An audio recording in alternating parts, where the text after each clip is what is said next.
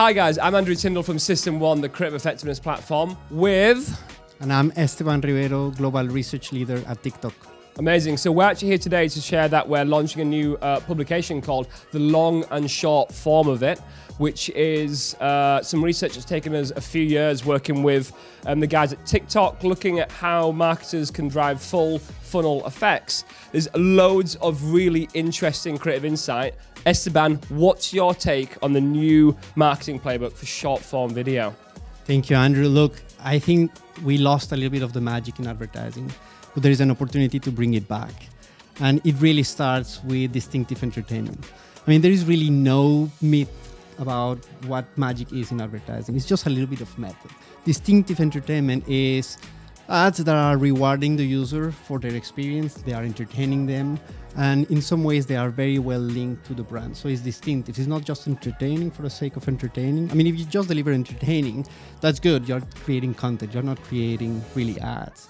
But when you distinctively add or brand an ad that is entertaining, then you are actually getting the rewards. On skippable formats, content that people want to see is the only advertising that really works. So you really need to entertain. You cannot just simply go with you, say your message and all of that. So there is an opportunity to bring back the magic in advertising by doing so. Okay, so Esteban's dropped gold there. So a few things I want to call out on that is, so short form video, it's skippable. You have to earn that attention. So I personally think this makes creativity more important. So you can get lots of broad, high attention reach on platforms like TikTok if you use entertaining advertising to capture and stop the scroll, capture attention. And I think really the dividend between lots of dull assets and then entertaining creative assets, the dividend between how they pay back, and we've shown it in this research, haven't we, is just getting bigger and bigger because the sky's the limit if you can entertain. And then you also talked about distinctive entertainment. So we actually looked at different ways that short form video can brand. And I think there was a really interesting insight around slapping a logo up front is not necessarily the best thing for an advertiser to do with their short form content, right? I think one of the lines in it is a logo isn't a hook. Whereas you can be distinctly yourself with all your brand palette without necessarily using your logo, right? So what other assets do you think have proven to be effective in the research? At the end of the day, it means, again, being distinctively associated with your brand. And you cannot simply put a logo at the very front. If you just put a logo, you are signaling this is a commercial intent and I am not planning or intending to reward you. You really need to create the expectation for a story to be unfolded. Every second counts, really. And every second you have two challenges on the platform. You have to earn their attention, earn their curiosity to keep going to the second or to the next second, but you need to deliver some commercial value right away. So you need to have something that makes it linked to your brand immediately, but that is part of the story, that makes you curious about it. So is a hummable tune. It is, in some ways, a story, a character, an emotion that pops in. In fact, what you tend to call showmanship at System1 is what we really mean by distinctive entertainment. You need to put on a show. And you need to do it, but you need to do it not by tricking the consumer that, oh, this is organic content, oh, it happened to be an ad. No, you need to do it early, honestly, from the very beginning. It actually reduces confusion, which is why we have found that branding early, contrary to the myth, is not against performance. It actually amplifies performance. But the key that we found is it is because it reduces cognitive dissonance. It reduces that confusion. So it makes it easier for the user to see what it is about. But that doesn't prevent you, or actually doesn't give you the permission to not entertain them. So being dull, being boring is actually the true enemy here. And so this is not new. You have been talking about the cost of dullness in other areas. What's your take of dullness on short-form platforms, short-form video platforms? So there's actually a finding in this new publication that shows, I think it was around a 20% decrease in conversion from dull advertising, right? There's a massive cost of dull on short-form video, because as you said, you need to capture that attention and earn that attention, and dull is disrespectful. I think there's a big shift marketers need to make. You hear a lot about native content in short form. Native, and people think that means shot on someone's iPhone in their underwear in the kitchen. That's not what native means. I think what marketers need to start thinking about instead is shifting to respecting the value exchange on the medium they're in. And on TikTok and other short form video platforms, that's about, again, earning attention, being entertaining, and being respectful of someone's time. And that doesn't necessarily have to mean shot on an iPhone. I think, and we've shown it in the research, if you've got an entertaining TV ad, it belongs on short form as well, because it respects that value exchange as people are showing up to be entertained. My favorite finding on the research, we did a lot of looking into creator advertising. So the big shift in marketing, I think, at the moment is marketers aren't making their own assets anymore, necessarily. There's some brands that are growing massively, exclusively using short-form video, and not necessarily making their ads themselves through creators. But there's some nuances there. Share what you think are the most interesting insights about what we found in the creator world. Love it. So definitely of the content types that works the best on the platform is creator-led content. In part because it really feels native, but not native because it's just mobile. It's native because it feels authentic, because it's someone really sharing their experience from an authentic point of view.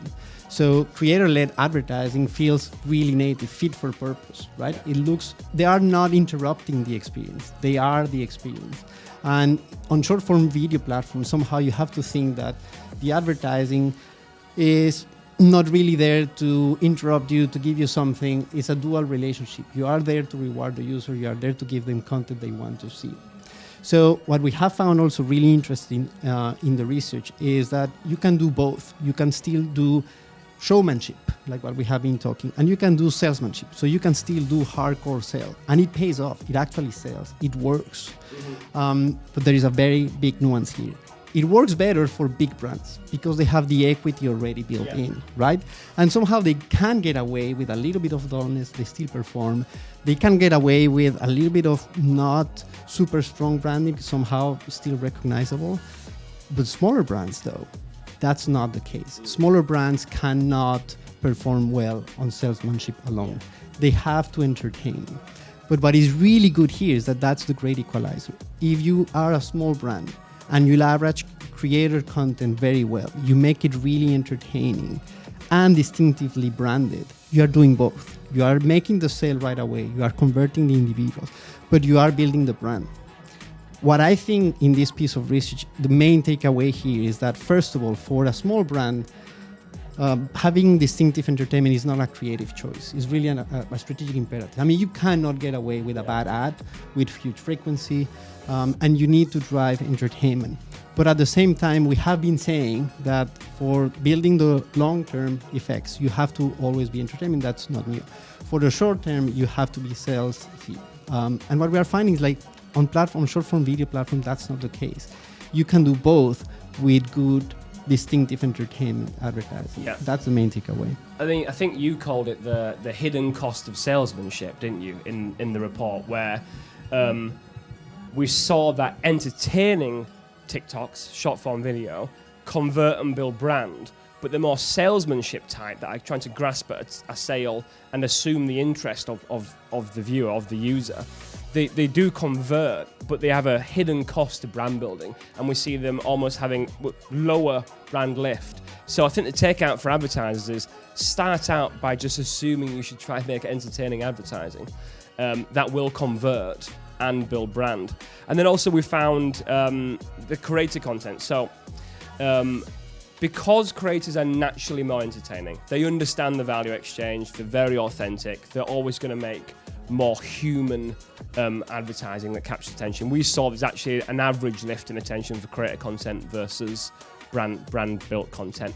But we saw this issue, well, an opportunity, call it an opportunity, I suppose, an opportunity with branding where creator content is struggling to get that brand recognition early enough. So there's huge opportunity where creator content manages to hold attention, it brings more emotion with it, but there's this misattribution in some of the work. So how would you recommend to advertisers that they work with creators to put their brand in. As we said, it's not just a logo, is it? How would you get that opportunity where creators are actually getting more distinctive work for advertisers? This is the big nuance. Brands cannot impose on creators their brand guidelines right away. It's like, this is what you need to do, you must do. Most likely those brand guidelines come from the traditional world. The creator knows how to bring the audience in. The creator knows how to drive that suspense that gets them more curious on the ad. You need to partner with them and educate them on, you need to brand early, but you make it part of the story.